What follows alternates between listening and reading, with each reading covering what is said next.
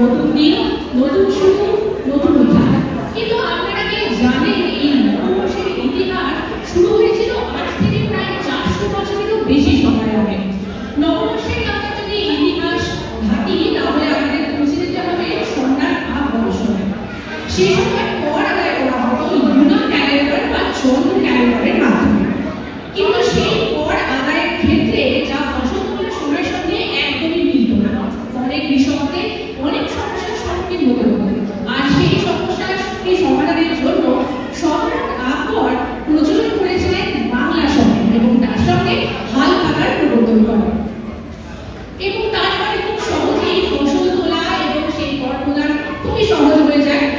কিন্তু এই সমস্যার সমাধানের পরে প্রথম দিকে এই দিনটি শুধুমাত্র একটি কর আদায়ের হলেও পরবর্তীকালে এই দিনটি এক বিশাল সাংস্কৃতিক অনুষ্ঠানে পরিণত হয়।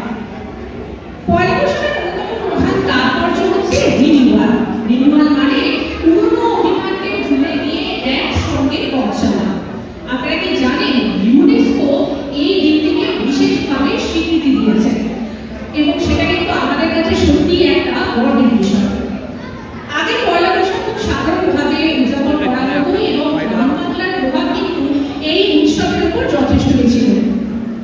লোকগান, লোকশিল্প, আলপনা, গ্রামীণ নকশা এই সব মিলিয়ে এক অপূর্ব পরিবেশ তৈরি হয়।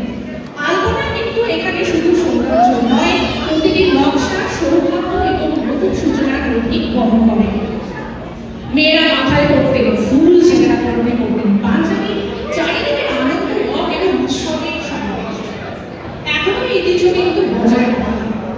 লাল এখানে শক্তির প্রতীক এবং সাদা এখানে পবিত্রতার প্রতীক। এই দুটি রঙকে কিন্তু পয়লা বৈশাখে ভীষণভাবে ইউজ করা হয় বলতে পারে। আর পয়লা বৈশাখ মানে তো সুস্বাদু খাবার, তাই না?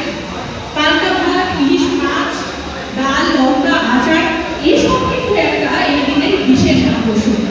যারা ধরুন জামা পছন্দ করে তাদের জন্য থাকছে ফুচকা, চুরমুর কিংবা চাট। বাঙালির পয়লা বৈশাখে মিষ্টি ছাড়া রসগোল্লা, চমচম কিংবা মিষ্টি দই এসব কিন্তু এই উৎসবকে ভীষণ গ্রহণ করতে হয়। এসব খাবার ভাগ করে নেওয়ার মধ্যেই রয়েছে ভালোবাসা, আন্তরিকতা, একসঙ্গে থাকার আনন্দ।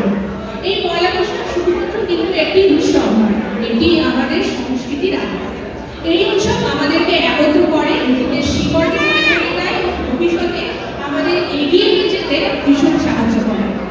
জীবনের যতই চ্যালেঞ্জ থাকুক এই দিন আপনাদের মনে করিয়ে দেবে যে আমরা সবাই এক এবং আমাদের শিকড় কিন্তু কতটা সুন্দর।